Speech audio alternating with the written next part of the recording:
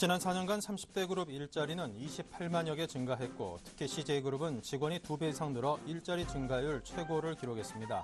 CJ그룹은 작년 말 기준 직원 수가 46,471명이며 M&A를 통해 증가한 직원을 제외하고도 직원 수가 2489명 증가한 것으로 나타났습니다. 총수일가 지분 30% 이상으로 일감 몰아주기 규제 대상이 되는 곳은 대기업 전체 계열사 중 10%에 불과할 것으로 보입니다. 공정위 자료에 따르면 상위 10대 재벌 계열사 576개사 중 총수일가 지분 30% 이상인 곳은 60개사 10.4%인 것으로 집계됐습니다. 올해 들어 금값이 17% 이상 하락했음에도 불구하고 은행을 통한 금 투자는 꾸준히 늘어난 것으로 나타났습니다. 신한은행 골드리슈 상품의 경우 5월 말 기준 잔액은 9,485kg으로 1분기 말보다 500kg 이상 증가한 것으로 집계됐습니다. 때이른 무더위 덕에 지난달 맥주 양사의 출고량은 총 1,862만 6천 상자로 전월보다 무려 27.5% 이상 늘어난 것으로 나타났습니다. 오비 맥주와 하이트진로 양사는 국내 맥주 시장의 90% 정도를 차지하며 수입 맥주의 점유율은 현재 약 10% 정도입니다. 네, 시청자 여러분 안녕하십니까. 주말 즐겁게 잘 보내셨는지요? 오늘장 내일장의 임동석입니다. 자, 오늘 6월 17일 월요일 순서 시작하겠습니다. 자, 먼저 오늘 우리 장이 좀 하락하고 있습니다. 특히나 코스닥의 낙폭이 꽤나 큽니다. 지금 시황 어떤지 보죠. 네, 먼저 코스피입니다. 8.42포인트가 빠졌습니다. 1880선에 딱 걸쳐 있는 상황입니다. 수급별로 보면은요, 외국인이 오늘도 팔고 있습니다. 하지만 그 파는 매도 물량은 현저하게 줄어들었습니다. 일단 세 자릿수 867억 원 매도입니다. 코스닥이 14.45포인트나 빠졌죠. 2.7%, 거의 3%에 육박할 정도로 낙폭이 심화되고 있는 양상입니다. 네, 주체별로 보면요, 210억, 207억 원, 거의 비슷한 물량을 외국인과 기관이 동시에 내놓고 있네요. 네, 원달러 환율 1.45원이 올랐습니다. 1,127.9원입니다. 네, 연일 하락하고 있는 코스피의 낙폭이 오늘 꽤나 더 커졌습니다. 앞으로 상당히 갈 길이 좀 암울하지 않은가 이런 두려움이 커지는 오늘 하루가 아닌가 싶네요. 자, 오늘장 내일장 일부 어떤 내용들이 있는지 먼저 보겠습니다. 네, 애널리스트에게 듣는다 최재식 팀장과 함께 이번 주 FOMC 회의에 QE 축소 우려의 진정 그리고 하지만 그 이상의 재료는 없을 것이라는 의견과 함께 코스닥 약세 속에 중소형주에는 좀 관심을 두자라는 의견을 듣겠습니다. 네, 이슈로 보는 종목입니다. 최희순 차장이 남북경협주 급락 거듭하고 있는데 그 전망을 들려드리고요. 건설업종 분식 회계 논란 확대에 따른 투심 위축 우려에 따른 이야기와 한국선주협회 해운보증기금 설립을 주장하고 있는데 해운주 중장기적으로 관심을 둘 만하다는 의견을 듣겠습니다. 네, 다음은 테마 톡독입니다. 문재인 테마주, 향후 주가 급등 급락 반복할 가능성이 있다고요. 추격 매수는 금지, 신규 매수도 좀 자제하자고 합니다. 7일간의 수익 다이어리, 오늘은 ENF 테크놀로지 오랜만에 듣겠습니다. 이번 주 예감, 미국 FOMC에서 벤 버냉키 의장의 발언에 대해서 좀 관심을 가져볼 필요가 있고요. 뉴욕 증시 방향성을 결정지을 주요한 변수가 될 거라는 의견입니다. 유로존 재무장관 회의에서 관련해서 한국 증시 저점 탈피의 변수가 될 수 있을런지 그에 따른 기대감도 들어보겠습니다. 네, 먼저 대신증권 컨설팅 랩의 최재식 팀장을 연결해 보겠습니다. 안녕하십니까? 안녕하십니까? 네, 먼저 오늘장 특징부터 점검해 보겠습니다. 네, 오늘은 오늘도 외국인들의 순매도가 나타나고 있는데요. 전체적으로 중형주, 소형주, 코스닥 지수가 상대적 약세가 더 심하게 나타나고 있습니다.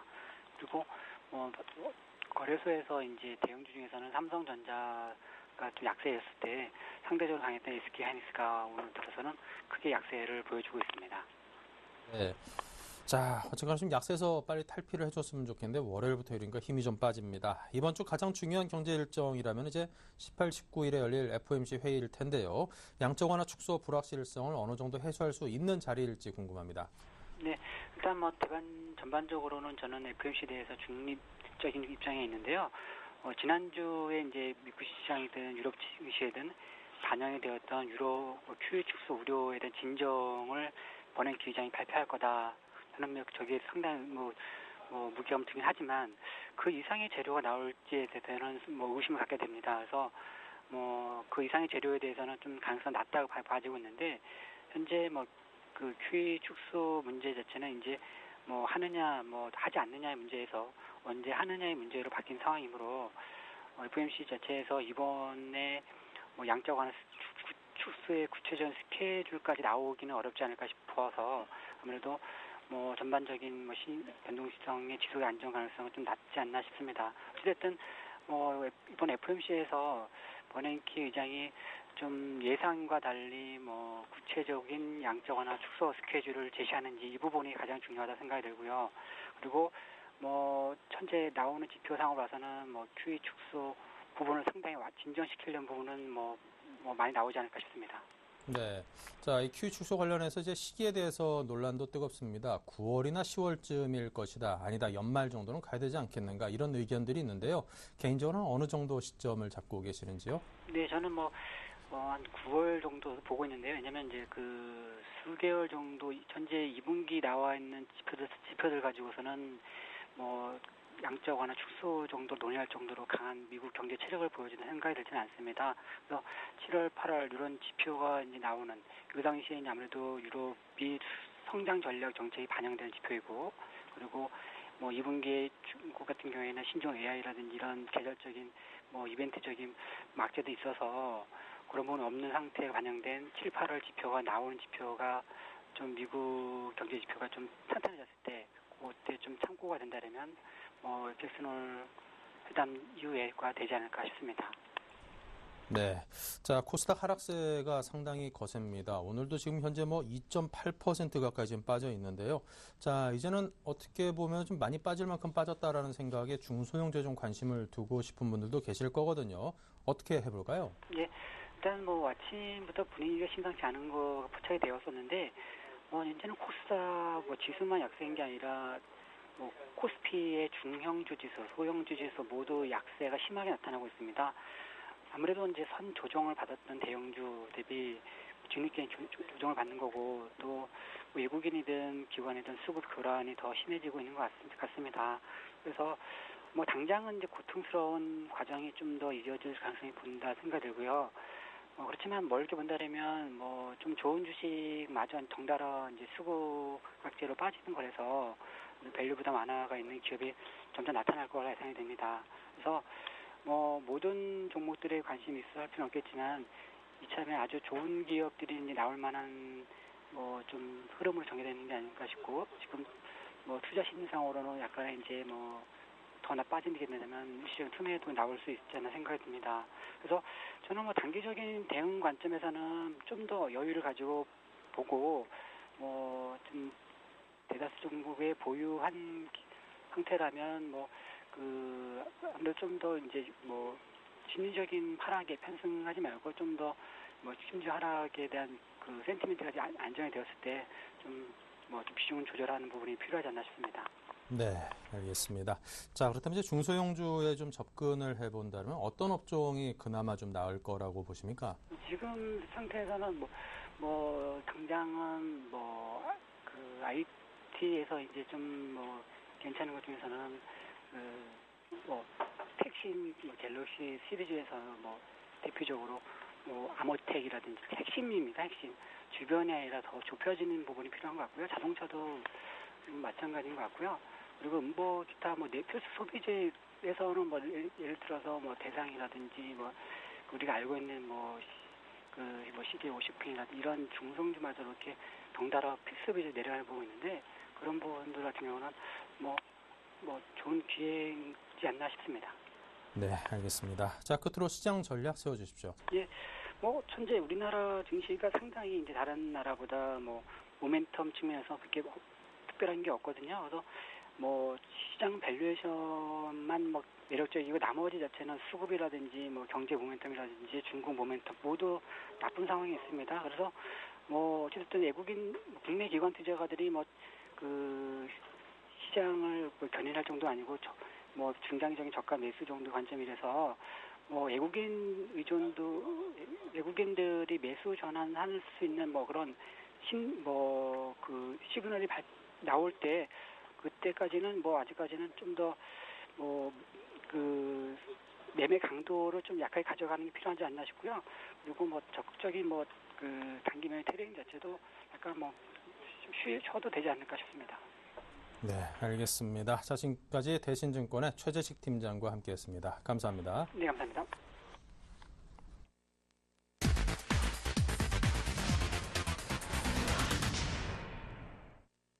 네, 오늘의 이슈로 관련 종목들의 흐름을 짚어보겠습니다. HMC 투자증권 사당지점 최희승 차장과 연결하는 이슈로 보는 종목입니다. 안녕하세요.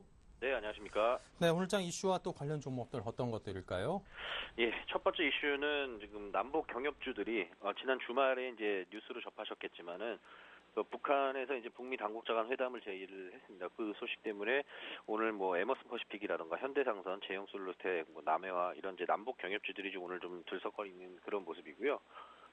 물론 이제 뭐 좀 더 추이는 좀 지켜봐야 되겠지만 일단은 뭐 미국 쪽에서는 좀 회의적인 반응을 좀 보인 것 같고요. 또 한 가지 이슈는 건설업종이 오늘 오전에 좀 이런 소식이 있었습니다. 지금 GS건설에서 지금 분식회계와 관련해서 금감원에서 지금 뭐 조사가 지금 예정돼 있고 지금 조사를 할 거라 그러는데 이런 부분들이 업계 전반으로 좀 퍼지지 않을까 하는 그런 우려들 때문에 뭐 GS건설뿐만 아니라 뭐 대림산업, 현대건설, 뭐 삼성엔지니어링, 삼성물산 이런 관련 종목들도 오늘 좀 약세를 보이는 그런 모습이고요. 마지막 이슈는 지금 해운주가 오랜만에 지금 뭐 2%대 지금 상승해주고 있는 그런 모습인데, 예, 해운주들 정말 오랜만에 또 양봉을 나타내는 그런 모습입니다. 지금 한진해운홀딩스, 한진해운, 대한해운, 현대해운성, 흥한해운 등이 이제 관련 종목이라고 볼 수 있겠습니다. 네, 알겠습니다. 자, 오늘장 이슈 그럼 이제 하나하나 좀 짚어보겠습니다. 이 주초의 대화 재개에 대한 기대감으로 아무래도 지난주에 남북 경협조 중 강세를 보이다가 북한의 좀 돌발적인 그런 행동으로 인해서 또 급락을 했습니다. 자, 오락가락하는 남북 경협조 대응하기가 워낙 만만치 않거든요. 어떨까요? 네, 사실은 지금 말씀하신 대로 대응하기가 정말 어렵습니다. 사실 이번에 그 북미 당국자 회담 제기하기 전에 먼저 이제 남북 간의 어떤 장관급 회담이 좀 무산이 되면서 사실 이제 그 직전에 이제 개성공단과 관련된 종목들 그리고 이제 금강산과 관련된 종목들이 상한가를 가는 모습을 보였었는데 그 이후에 무산이 되면서 다시 한번 또 변동성 확대하는 하락폭을 키우는 그런 모습을 보였었는데 이번에도 이제 북미 당국자 간 회담을 제기를 해서 상당히 좀 화해 무드를 북한에서 자꾸 뭐 제시를 하는데 지금 미국 쪽에서는 먼저 행동으로 보여라 비핵화가 먼저가 아니겠느냐 이런 좀 회의적인 반응이 나오면서 사실 좀 불확실한 부분들이 상당히 좀 많이 있다라고 보여집니다. 일단 또 북한이 이제 회담 그 성사가 어렵다는 의견들이 뭐 이제 대북 관련 전문가들의 전반적인 의견이고요. 일단은 최근에 뭐 남북 간의 회담도 무산이 됐고 사실 뭐 최령해가 이제 중국을 방문했을 당시에도 중국이 어떤 이제 지금까지 컨센서스와는 다른 좀 태도 변화를 보였다는 점, 핵무기를 그동안은 좀 묵인을 해왔던 부분이 없지 않아 있었습니다만 이번에는 뭐 인정하지 않겠다라는 좀 강경한 태도로 좀 변화를 했다는 점 이런 부분들에서 봤을 때는 이제 뭐 북한 측에서도 사실 뭐 여기저기 손을 뻗어보는 거죠. 어느 한쪽이라도 좀 잡아주길 바라는데 뭐 지금 다 퇴짜를 맞고 있는 그런 상황이고요. 이렇게 됐을 때는 뭐 최악의 시나리오 같은 경우에는 뭐 4차 핵실험을 한다던가 뭐 이런 식으로 갈 수도 있고 여러 가지 변수들이 너무나 많기 때문에 솔직히 나오는 시나리오가 너무 많다 보니까 사실 저도 정리는 다 되지 않습니다만 일단 근본적으로 주식의 입장에서만 딱 봤을 때 가장 싫어하는 거는 역시나 불확실성이겠죠. 오늘은 그 기대감이 좀 작용을 했다라고 보지만 사실 미국의 회의적인 반응을 봤을 때 오늘 사실은 상한가 간 종목들이 아니라 뭐 하한가를 가거나 하락해야 되는 그런 시장이어야 되는데 오늘 시장이 전반적으로 좋지 못하다 보니까 이런 부분들이 오히려 반대로 역발산적으로 이제 상한가 가는 종목들 그리고 이제 상승하는 종목들로 좀 나온다고 보여지고 그런 변동성은 좀 조심을 해야 될 것으로 보여집니다. 다만 이런 이제 그 북한 태도 변화나 뭐 이런 정책 관련 불확실성이 좀 있지만 그래도 이런 부분들과 무관하진 않겠지만 영향이 좀 적을 수 있는 그런 종목을 남북 경협주 중에서 좀 한번 말씀을 드려볼까 하는데요. 일단 로만손이라는 종목입니다. 뭐 남북 관련 그 종목들에 투자를 해보신 분들이면 뭐 누구나 가는 종목이겠지만 일단은 주목해봐야 될 점은 이제 로만손 같은 경우에도 그 개성공단 폐쇄 이후에 주가가 좋지 못한 모습이었는데 사실 개성공단 관련된 매출이 10%가 안 됩니다. 그러니까 전체 지금 로만손 같은 경우에는 뭐 브랜드가 JST나 뭐 로만손 시계 이런 것들이 있는데 그 지금 뭐 시계 부분에 있어서 OEM 공장이 이제 개성공단 쪽에 있고 시계 쪽은 전체 매출이 20% 정도 차지하는데 그 중에 절반 정도가 이제 개성공단에서 생산을 하는 OEM 방식으로 생산을 하는 정도 수준이기 때문에 뭐 개성공단 폐쇄 뭐 내지는 뭐 협력이 질질 끌어진다고 해도 뭐 크게 매출에는 뭐 큰 영향은 없을 것으로 판단이 되고요. 지금은 중요한 부분은 오히려 견조하게 지금 뭐 JST나 이런 브랜드들, 액세서리나 가방 이런 쪽으로 해서 매출이 견조한 흐름을 보여주고 있다는 점. 예, 그리고 이후에 이제 진출하게 될 화장품 업종에 대한 그런 수혜도 받을 수 있다는 점에서 오히려 좀 만약에 여기서 주가가 뭐 확 빠진다 그러면 굉장히 좋을 것 같고요. 매수하는 관점에서. 여기서 일단은 매수는 현재가로 말씀드리겠고요. 목표가는 일단은 뭐 11,000원 정도로 좀 짧게 보고 손절가도 좀 짧게 보도록 하겠습니다. 일단은 지금 현재 한 9,000원 정도, 9,500원 정도 수준인데 일단 뭐 9,000원 정도 지지라인 잡으시고 그 이탈한다 그러면 일단 빠져나오시는 전략으로 말씀드리도록 하겠습니다. 네, 남북 경협주 중에 관심 종목 로만손 들었습니다. 자, 다음은 GS건설 분식회계가 이제 일파만파로 퍼지면서 건설업종 전체에 악영향을 미치는 양상입니다. 지난번에 실적 가지고 속색이던 이제 분식회계라니 이게 좀 그러네요. 자, 어떤 전망을 갖고 계십니까? 네, 정말 뭐 속을 많이 썩이는 종목입니다. 진짜 올해 참 어이없는 뭐 어닝 쇼크를 발표를 하질 않나. 예, 지금 뭐 GS건설 회계 처리 기준 위반과 관련돼서 지금 그 시민단체인 경제개혁연대가 무슨 혐의가 있다 뭐 이러면서 이제 금감원에다가 감리 신청을 했습니다. 일단은 뭐 감리한다고 해서 뭐 무조건 다 승인하는 것은 아니지만 어쨌든 뭔가 의혹이 있고 분명 그에 대한 어떤 뭐 혐의점을 찾을 수 있는 그런 재료들이 있기 때문에 이렇게 신청을 했다라고 보여지고 만약에 특별감리가 들어가서 이 부분이 이제 사실로 밝혀질 경우에는 상당히 또 한 번에 큰 폭풍이 있을 거로 보여집니다. 지금 주가는 뭐 한 5%대 지금 하락하면서 생각보다 좀 양호하다라고 보여지는데 그동안에 너무 많이 빠졌다는 부분들이 좀 작용을 하지 않을까 싶고요. 일단은 최근에 그 새 정부 들어서면서부터 뭐 CJ 비자금 수사라던가 뭐 여러 가지 이제 대기업과 관련된 이런 뭐 악재들이 지금 우리나라 시장 전반적으로 지금 악영향을 미치고 있는데 즉 건설업종들 건설 종목들 대부분 어닝 쇼크와 관련돼서도 한번 그 크게 폭락이 있었고 이후에 또 이런 부분들이 확산이 된다고 했을 때는 또 다시 한번 레벨 다운할 수 있는 그런 제대로 좀 작용을 할 수 있을 것으로 우려가 됩니다. 지금 현재 그 지속적으로 지금 투심이 계속해서 위축이 되고 있는 시장 상황과 더불어서 지금 이런 악재까지 좀 겹쳐서 상당히 조금 안타깝게 생각을 하는데요.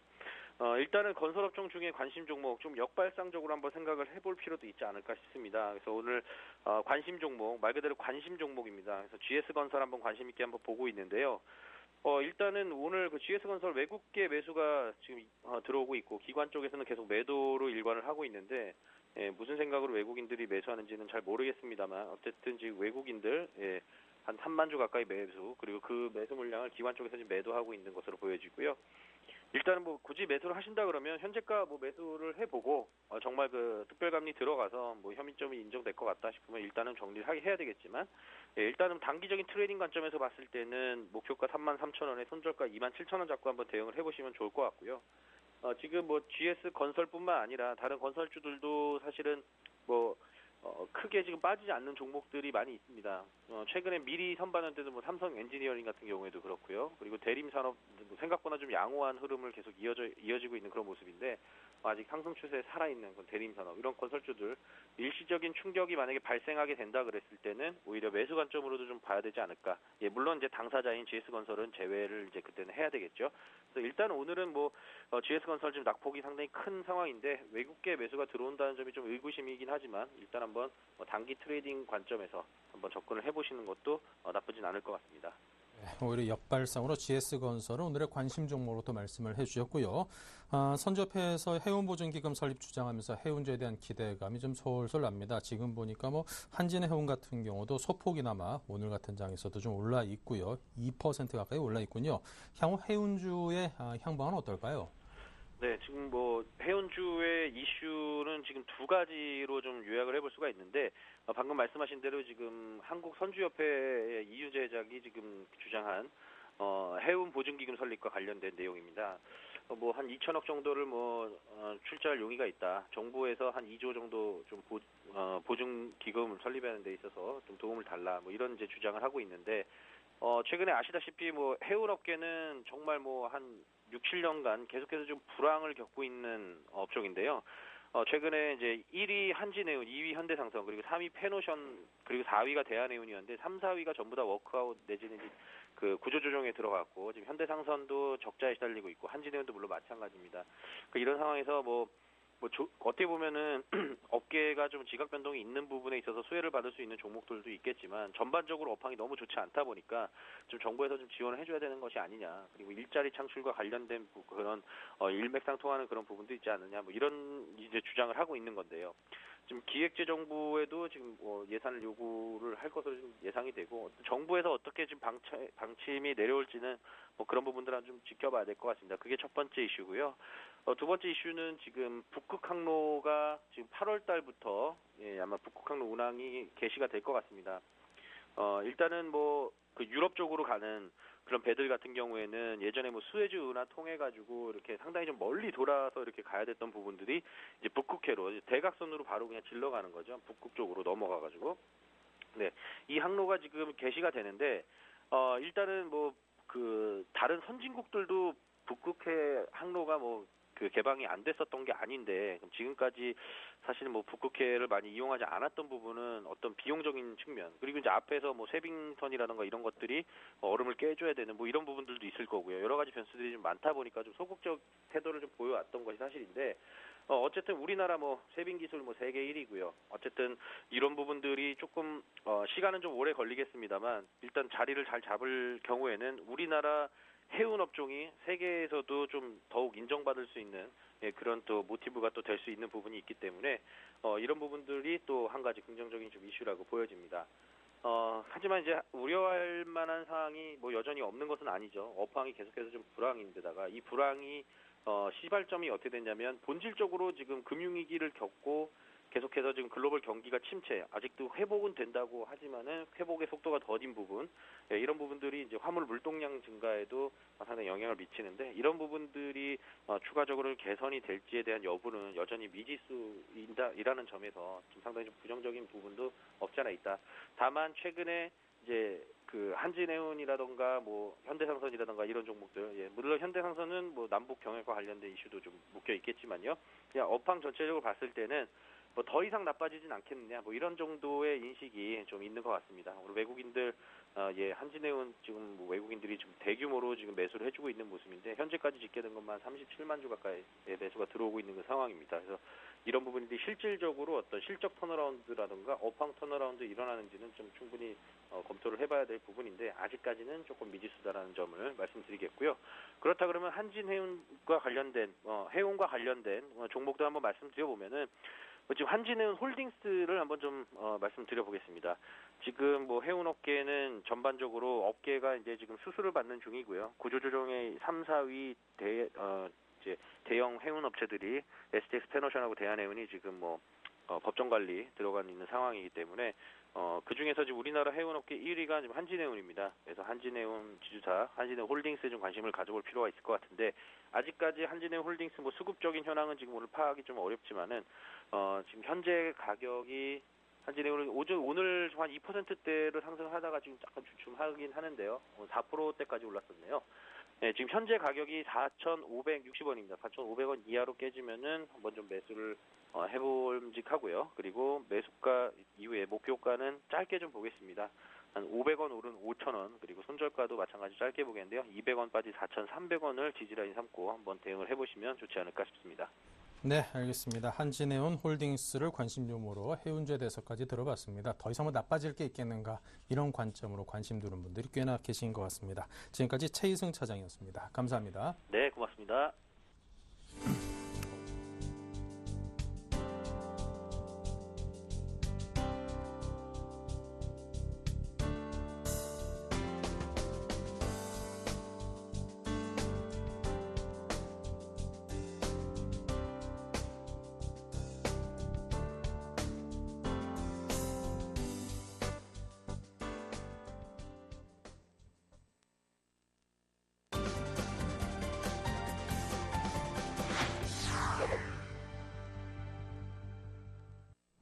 네, 오늘 시장에서는 또 어떤 테마에 관심을 두었을까요? 테마 톡톡 시간입니다. 자, 문재인 의원이 본격적인 정치 행보를 시사하면서 이제 얼마 전에 안철수 테마주가 좀 뜨는 듯 하더니 문재인 테마주가 또 움직임을 갖고 있습니다. 샘플러스의 정대희 멘토를 연결해서 자세한 이야기 여쭤보겠습니다. 안녕하십니까? 예, 안녕하세요. 주식 승천열시 멘토 정대입니다. 네. 개인적으로는 솔직히 정치인 테마주는 그다지 좀 좋아하지 않는 편이거든요. 그런데 이제 요즘 들어서 아무래도 자꾸 뭐 이렇게 이슈에 따라서 이런 부분들이 조명을 받는 건 어쩔 수 없는 것 같습니다. 자, 문재인 테마주의 상승 배경부터 듣고 싶습니다. 예, 뭐 상승 배경을 좀 말씀을 드리기 전에요. 일단 뭐 장이 워낙 안 좋다 보니까요. 일단 테마주들이 움직이는 뭐 이런 모습이 나오고요. 문재인 테마주도 거기에 똑같은 뭐 장이 안 좋다 보니까 어떤 테마가 움직임이 나오는데 일단 뭐 상승 배경에 대해서 말씀을 드리면요. 그동안에 이제 그 대선 패배 후 조심스러운 행보에 머물러 있던 문 의원께서 그 지난 16일 날이죠. 예, 대선 당시 그 취재기자 30여 명과 그리고 대선 캠프 핵심 관계자와 함께 그 북한산 산행을 하면서 본격적인 산행 정치가 시작되는 거 아닌가 하는 그런 기대감으로 대선 패배 이후에 침묵 행보를 보였던 관련주들이 대거 급등하는 모습이 오늘 나왔습니다. 이러한 기대감으로 움직였다고 말씀을 드리고요. 또 추가적으로 그 박근혜 대통령께서 박근혜 대통령에게 책임을 물을 수 없다. 최근에 이제 국정원 관련된 그 국정원 대선 개입에 대한 그 언급을 그 문재인 의원께서 박근혜 대통령께 이런 책임을 물을 수 없다며 박근혜 대통령은 제대로 된 수사와 국정원과 경찰이 바로 서게 해야 한다는 발언을 하면서 그동안 이제 정치 현안에 대해서 입을 열면서 이제 문 의원이 정치 행보가 본격적으로 시작되는 게 아닌가라는 기대감으로 이렇게 상승했다라고 말씀을 드리겠습니다. 네. 자, 그런 이슈 때문에 이제 이 테마주가 좀 조명을 받고 있는 상황인데요. 자, 앞으로 어떨 것 같습니까? 흐름이 또 어떤 대응법을 가져야 될까요? 일단 뭐 전략을 빨리 말씀드리는 게 제일 좋기 때문에요. 지금의 뭐 최근에 그 안철수 테마주와 똑같은 흐름을 보이고 있고요. 전략은 추격 매수를 금지 또는 신규 매수를 자제하셔야 되고요. 그런 이유는 이제 최근에 시장이 그 외국인들의 매도세로 인해서 어려운 상황이다 보니까 테마 종목들이 급등 급락을 반복하는 모습이 나오고 있습니다. 이로 인해서 개인 투자자들은 추격 매수가 이어지고 있는데요. 이로 인해서 급등주가 단기 과열을 보이고 있고요. 또 거기에 따른 급락이 이어지고 있기 때문에 자칫 잘못하면 더 큰 피해로 이어질 가능성이 많기 때문에 일단 추격 매수라든가 신규 매수는 좀 자제해 주시고요. 차후 주가에 대한 전망을 좀 말씀을 드리면요. 일단 향후 주가는 급등, 급락을 반복할 가능성이 충분히 있다라고 말씀을 드리고요. 그 이유에 대해서는요. 일단 최근에 민주통합당이 지방선거를 1년 앞둔 시점에서 당의 체제를 그러니까 지방선거 대비 체제로 바꾸고 있습니다. 그래서 최근에 김한길 대표께서는 14일 날 그 중앙 당사를 사실상 폐쇄하고 현재 약 160명 수준의 중앙 당사 당직자를 100명 이내로 줄이는 이러한 독한 혁신 개헌을 발표했고요. 더불어 민주정책연구원을 독립시키면서요. 정책 능력을 좀 강화하기로 하면서 사실상 지방선거를 겨냥해 두고 움직이면서 현재 그 국민들로부터 민주당의 최악의 지지율을 기록하고 있는데 이런 것들을 좀 쇄신하면서 국민들로부터 좀 신뢰를 회복하려는 모습이 나오고 있습니다. 예, 여기에 따라서 이제 문재인 후보가 앞으로 그 지방선거에 좀 힘을 실어주기 위한 좀 장기적인 포석이지 않을까라고 생각이 들고요. 그 장기적인 포석이기 때문에 충분히 주가는 좀 장기적으로 급등과 급락을 반복하면서 움직일 거다라고 말씀을 좀 드리겠습니다. 네. 자, 그럼 어떻게 할까요? 이거 좀 투자를 해볼까요? 말까요? 하게 되면 어디 좀 해볼 만한 종목이 있을까요? 사실상 최근에 급등주를 좀 추천하기는 좀 상당히 어려운 면이 없지 않아 있는데요. 지금 더구나 이 문재인 관련주는 더더욱 그렇습니다. 왜냐하면 여러분들이 지금 보시면 아시겠지만 뭐 우리들생명과 우리들제약 대부분의 문재인 관련 종목들이 재무가 상당히 건실하지 못합니다. 재무가 좀 안 좋고요. 그리고 또 대부분 급등주라기보다는 일단 뭐 동전주도 많고요. 그리고 또 재무 건전성이 안 좋기 때문에 또 심지어 뭐 위지트라는 종목 같은 경우는 뭐 M&A 설까지 돌고 있고 이런 설이 돌고 있기 때문에 이런 종목들은 좀 추천을 드리기보다는요. 대응을 좀 잘하셨으면 하는 반면에서 대응법을 좀 말씀을 드리면요. 일단은 주가가 많이 급등을 했기 때문에 일단은 어느 정도 지금 본인들의 그 개인 투자자들의 매수가 대비 한 마이너스 3%에서 5% 정도 좀 손절가를 잡고 대응하시고 만약에 수익이신 분들은 어느 정도 지금 이제 단기 트레이딩 관점에서 좀 매매를 해보셔라라고 말씀을 드리겠습니다. 네, 알겠습니다. 자, 지금까지 정대희 멘토와 함께 문재인 테마주 오늘의 테마 톡톡으로 풀어봤습니다. 감사합니다. 예, 수고하셨습니다.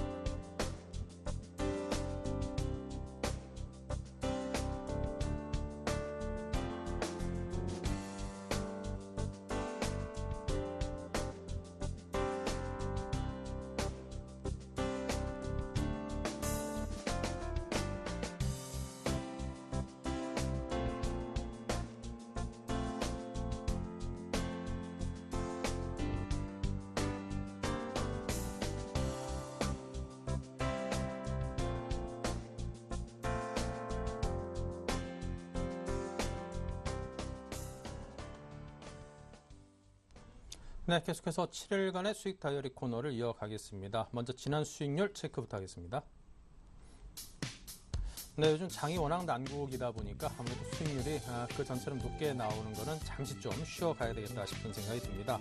자, 그래도 대한약품이 현재 0.5%로 수익을 내고 있고요. 네오이지게임즈, 유엔젤이 시장의 하락폭보다는 훨씬 적은 2% 정도의 손실을 보고 있습니다. 나머지 두 종목은 모두 손절가를 터치한 상태고요.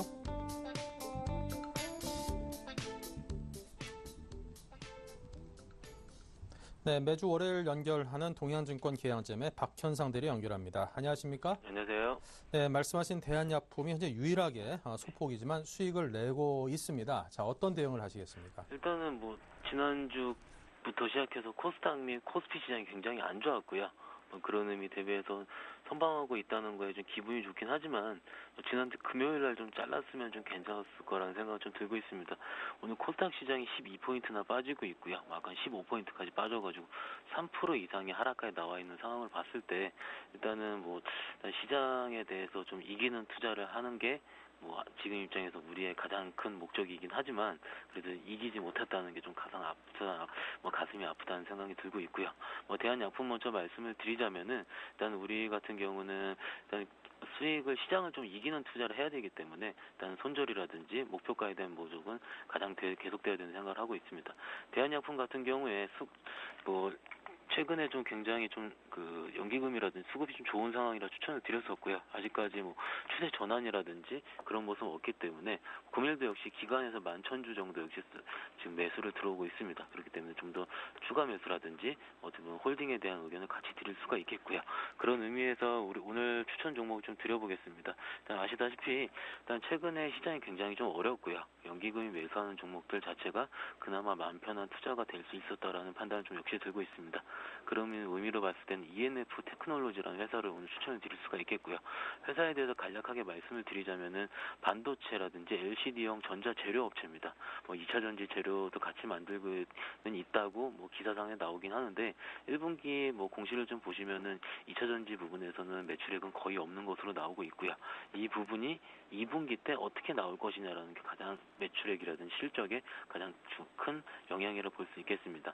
작년도 차트를 좀 보시면은 이 후발 전자재료 업체로서의 성장성은 기존에 입증됐다고 좀 볼 수가 있겠고요. 최근에 코스닥 시장 뿐만이 아니고 시장뿐만 아니라 다른 종목도 같이 빠져 있는데 역시 낙폭 가대로 말씀드릴 수가 있겠습니다.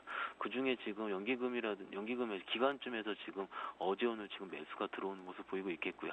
지금 현재가로 봤을 때 1,450원, 아까는 300원까지도 빠지는 모습을 보이고 있는데 오후장 들어서 반대로 시장이 낙폭을 어느 조금은 축소를 하면서 이쪽으로 좀 매기가 좀 쏠리고 있는 모습을 보이고 있습니다. 동사의 기본적인 목적 자체는 2분기에 어떻게 보면은 2차 전지 부분, 엘바텍이라는 출자 회사가 있는데요. 거기서 매출액이 나오느냐 안 나오느냐가 가장 매출 모멘텀이라고 볼 수가 있겠고요. 시장 대비해서 지금 오늘 정도라면은 코스닥 시장이 지금 200일선까지 한 번에 깨고 지금 낙폭을 축소하면서 지금 어느 정도 적당히 올리는 모습을 보이고 있기 때문에 시장 면에서도 어느 정도는 저가 매수 측면이라 같이 말씀드릴 수가 있겠습니다. 매수를 하신다면은 오늘 종가로서 같이 말씀드릴 수가 있겠고요. 목표가로는 전 고점 부근이 12,000원, 손절가는 짧게 대응하겠습니다. 전 저점 부근이 9,500원까지 같이 제시를 해드릴 수가 있겠습니다. 네, 자 이렇게 해서 오늘은 새로운 추천종으로 ENF 테크놀로지 준비해서 여러분께 접근할 수 있는 포인트와 전략까지 함께 짜드렸습니다. 지금까지 동양증권의 박현상 대리였습니다. 감사합니다. 네, 감사합니다.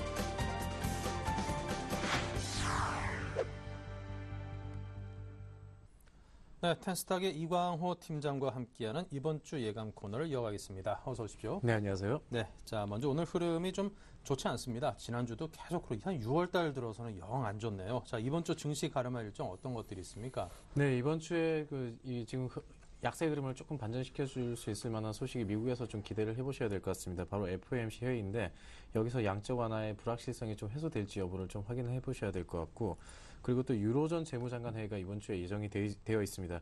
국내 증시에 미칠 영향이 적지 않다는 점에서 반드시 좀 확인해 주셔야 될 변수들을 좀 나중에 말씀드리도록 하겠습니다. 그리고 G8 정상회담이 또 그 북아일랜드에서 개최될 예정에 있는데 유가 상승의 흐름에 대해서 좀 어느 정도 신호가 발생할 수 있을 것으로 보이고 있기 때문에 이 부분도 좀 확인하시는 한 주 되셔야 될 것 같습니다. 네. 자, 그럼 하나하나 짚겠습니다. 이번 주 18, 19일에는 미국의 FOMC 회의가 개최되는데요. 양적 완화에 따른 두려움이 시장에 분명히 있는데, 자, 이와 관련한 불확실성이 어느 정도 해소될 수 있는 자리가 될까요? 일단 이게 FOMC의 출구 전략이 핵심적 이슈로 부각이 되면서 지금 현재 전 세계 투자자들의 눈이 이번 주 열리는 그 FOMC 회의에 집중이 됐다고 할 수가 있겠습니다.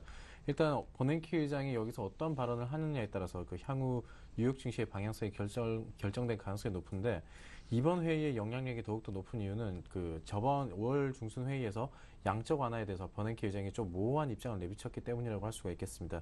그때 그 시장의 불확실성을 가중을 시켰다는 점에서 이번 FOMC 회의에서는 보다 좀 더 분명한 입장이 나올 것으로 시장을 기대를 하고 있습니다.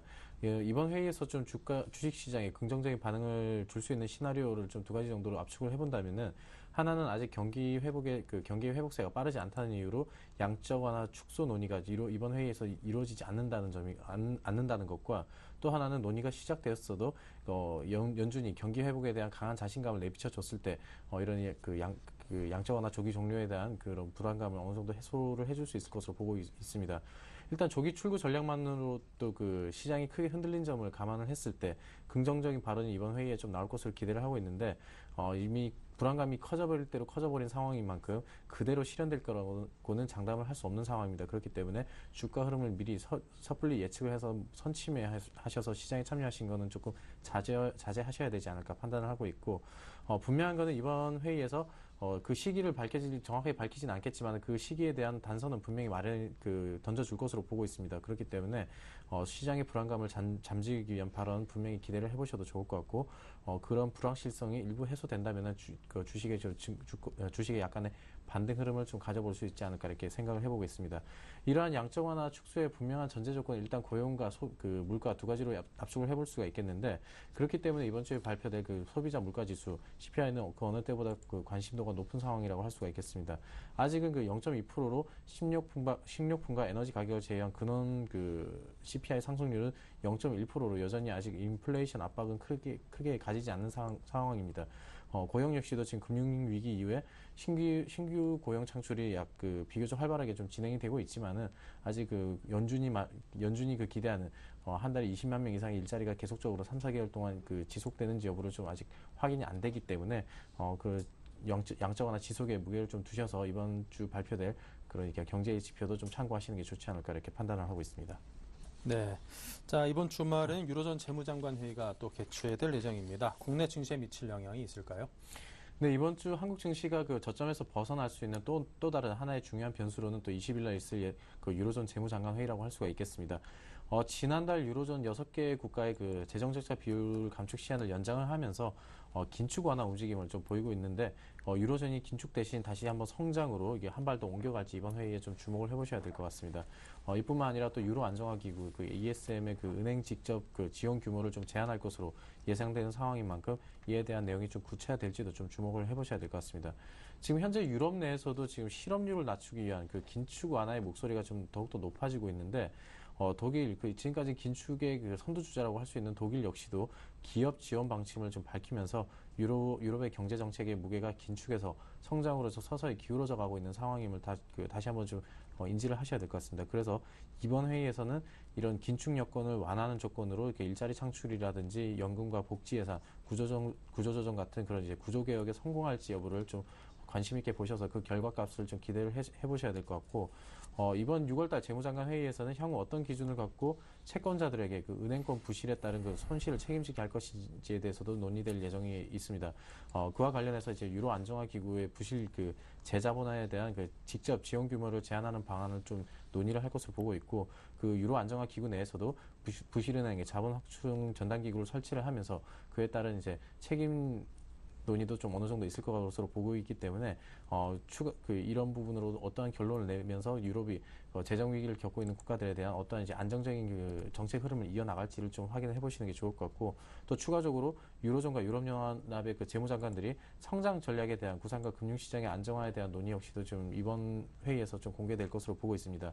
그래서 이번 주에 예정된 유로존 재무장관 회의는 FOMC 회의에 이어서 그 회담에서 성장책이 다시 한번 확인되고 유럽의 안정화 정책이 다시 한번 확인이 되어준다면은 지수 반등에 분명한 모멘텀으로 작용을 해볼 수 있을 것으로 보고 있기 때문에 이번 주 유럽에서 들리는 소식도 분명히 관심 있게 보셔서 좀 투자에 참고하셔야 되지 않을까 이렇게 판단을 하고 있습니다. 네, 자 다음으로는 G8 정상회담 그리고 이제 시리아 내전 확산에 따른 불안감으로 좀 요동치고 있는 유가의 흐름 등등에 관한 그런 또 말씀을 들어보겠습니다. 네, 이번 주 주요 8개국 G8 그 정상회의가 17일부터 이틀 동안 이제 북유럽 그 북아일랜드에서 개최될 예정에 있습니다. 일단 지금 가장 현안으로 지금 떠오른 그 두 가지가 조세 회피 근절을 위한 국제 공조의 그 체제를 구축하는 것과 시리아 사태의 그 해결 방안을 주요 의제로 좀 삼을 것으로 보고 있는데, 일단 미리 공개된 그 공동 성명 초안을 좀 보시면은 일단 다국적으로 이제 정보 교환이 이루어지면서 그 지구적 시스템에 그 좀 필요하다는 점을 이제 영국 측에서 좀 강조를 하고 있는 상황입니다. 그런 이제 은행 정보 공유 활성화를 적극 주장할 것으로 이번 회의에서 적극 주장할 것으로 예상을 하고 있는데, 이런 탈세와 자금 세탁의 통로가 되는 조세 회피처의 그 비밀 경영 철폐를 주장하고 주요국의 정상들이 또 탈세 방지 이런 정책에 또 공조를 해주면서 이번 회의로 이번에 한 번의 회의로 이 구체적인 해결 방안이 모든 것들이 마련되지는 않겠지만은 탈세 방지를 위한 대책들이 이번 회의를 통해서 그 구체화되고 또 현실화된다면은 각국의 그 재정 그 건전성과 세수 확보에 어느 정도 결정적 계기를 마련해 줄 수 있을 것으로 기대를 하고 있고, 특히 그 재정 위기국들에 대한 그 지원 방안에 또 다른 대안이 될 수가 있습니다. 그렇기 때문에 자그마한 해결에 또 다른 대안이 실마리를 제공을 해줄 수 있을 것으로 기대되는 만큼 그와 관련된 그 소식들에도 좀 기대를 해보시는 게 좋을 것 같고, 이번 회의에서 또 이것보다 좀 더 중요한 안건이 아무래도 시리아 문제라고 할 수가 있겠습니다.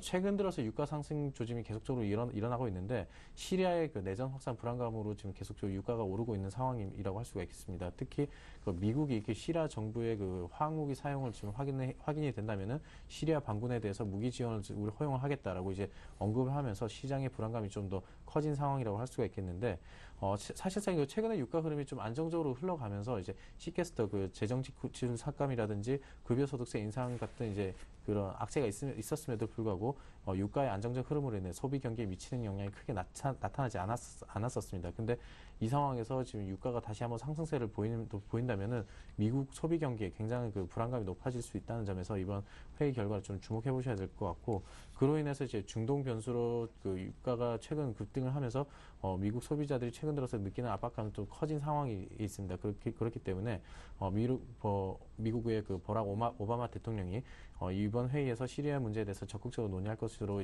미리 얘기를 해놓은 만큼 그 정상회담의 결과를 지켜보시면서 유가 흐름 역시도 어느 정도 이번 주에 체크해 보셔야 될 중요한 변수가 아닌가 이렇게 판단하는 만큼 이번 회의를 좀 집중하셔서 그런 이제 유가 흐름 역시도 조금 확인하셔서 시장에 대응하시는 게 좋을 것 같습니다. 네, 자 이렇게 해서 여러 변수에 대해서 여러분께 하나하나 풀어드렸습니다. 이런 것들 총종합해서 이제 투자 전략을 한번 짜보죠. 네, 이번 주에 예정된 FOMC를 앞두고 지금 경계감이 아직도 상당하기 때문에 국내 증시의 저점 테스트는 계속적으로 이어질 것으로 보고 있습니다. 최근에 국내 주식 시장의 외국인의 매도세는 아무래도 말씀드렸던 출구 전략과 관련한 우려에서 촉발된 것으로 판단하기 때문에 FOMC 회의 이후에 양적 완화, 조기 종료에 대한 우려가 다소 좀 완화되면서 제한적인 반등세를 다시 한번 나타내주지 않을까 이렇게 예상을 해보겠습니다. 우리나라 증시 같은 경우에 6월달 이후에 그 외국인의 순매도 금액이 지금까지 약 3조 원에 육박한 3조 원을 넘어서고 있는데, 한 가지 특징적인 점은 이제 외국인의 매도세가 삼성전자 그와 관련된 종목들에 좀 집중이 됐다는 점입니다. 그렇기 때문에 삼성전자의 주가 흐름 역시도 이번 주에 빼놓을 수 없는 그 주요한 변수라고 판단을 하셔야 될 것 같은데, 삼성전자 자체만 놓고 본다면은 일단 시장 예상과 유사한 이게 2분기 실적 가이던스가 발표되는 7월 초 아니면 그보다 조금 앞선 시점에서 삼성전자의 그 주주가치 재고 움직임이 나타난다는 점에서 외국인의 매매 변화 가능성 어느 정도 예측을 해볼 수가 있겠고, 그렇다는 점을 좀 놓고 봤을 때 서서히 매도세의 진정 흐름이 연출될 것으로 보고 있기 때문에 삼성전자 쇼크로 뭐 다른 섹터까지 영향을 받지 않을까, 이런 그 과도한 이제 그 확대 해석은 좀 자제를 하셔야 되지 않을까 판단하고 있습니다. 그래서 지금 그 전체적인 흐름을 놓고 봤을 때 지금 현재 글로벌 증시에 대한 그 변동성을 확대시킨 출구 전략보다는 펀더멘탈에 좀 더 집중하셔서 경기 회복에 대한 기대를 조금 더 가져보시는 게 좋을 것 같고, 이런 이제 유동성 축소에 대한 우려가 진정이 된다면은 상대적으로 이제 채권 가격이라든지 주식의 가격의 하락 강도가 강했던 한국 시장의 매력도가 좀 더 부각될 것으로 보고 있습니다.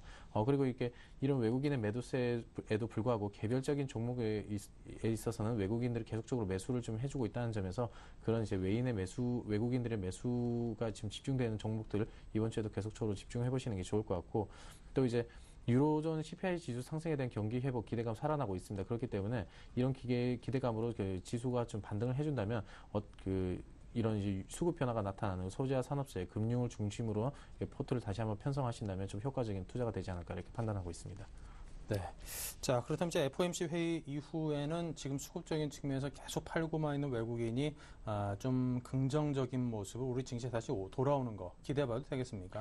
네, 어느 정도는 기대를 해보셔도 좋을 것 같습니다. 일단 이머징 국가들과 이제 그 신흥국을 중심으로 한 이제 매도세가 강했기 때문에 이제 그 국가들에 대해서 이제 낙폭이 컸던, 특히 한국 시장 같은 경우 그 흐름의 그 중심에 있으면서 굉장히 그 낙폭이 컸기 때문에 그 반발 매수세가 어느 정도 유입되지 않을까 기대를 해보셔도 좋을 것 같습니다.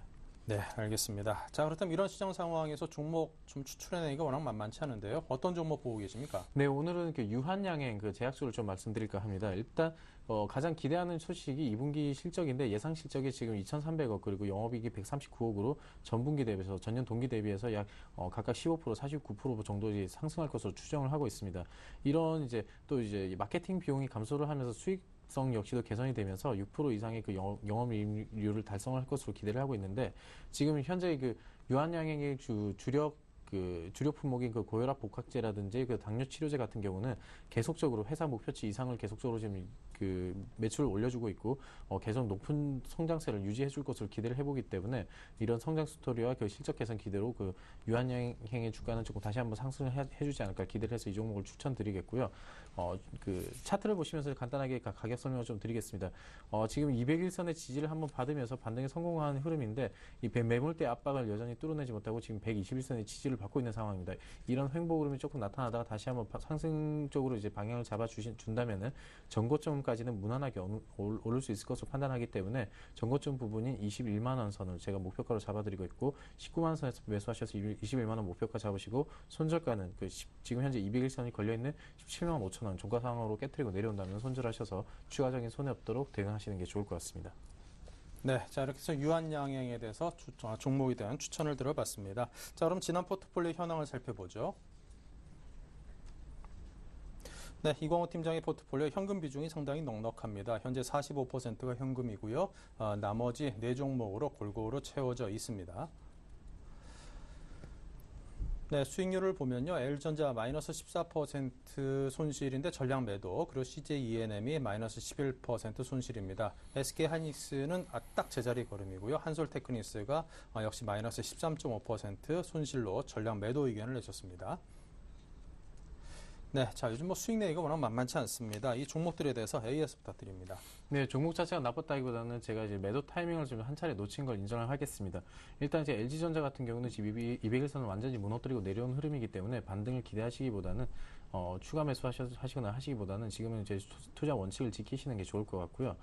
그리고 이제 한솔 테크닉스 역시도 지금 그 어떤 재료들이 나빴다기보다는 지금 현재 그 시장 상황이 굉장히 영향을 많이 받고 있습니다. 그렇기 때문에 여기서 다시 한번 반등을 줄 수 있을 때 그때 다시 한번 매수 사인을 드리도록 하겠습니다. 그래서 지금 현재는 전량 매도 사인 드리겠고요. SK 하이닉스 같은 경우는 펀더멘털이 특이점이 없습니다. 지금 외국인의 매도세가 좀 집중되고 있긴 하지만은 PC 디램 가격이라든지 그 모바일 디램 가격 상승세 계속적으로 일어나고 있고 3분기에는 추가 가격 상승 그런 이제 예측까지 있기 때문에 그 SK 하이닉스는 계속적으로 보유를 하시면은 때는 좋은 그 수익으로 다시 돌아오지 않을까 판단하고 있습니다. 그리고 마지막으로 CJ E&M 역시도 지금 정부 정책의 미디어 컨텐츠 사업에 대한 수혜가 여전하다는 점에서 CJ E&M 역시도 지금 현재 큰 흐름에서 큰 하락 추세는 아니기 때문에 좀 더 보유하시는 것으로 의견 드리도록 하겠습니다. 네. 자, 이렇게 해서 종목에 대한 AS를 해봤습니다. 이 종목에 대해서 좀 더 홀딩을 하고 싶으신 분들, 또 어떻게 해야 될지 궁금하신 분들께서는 지금 드린 AS 의견 잘 참고해 보시기 바랍니다. 자, 이렇게 해서 최종 포트폴리오 공개하면서 이광호 팀장님과 인사 나누겠습니다. 감사합니다. 네, 고맙습니다.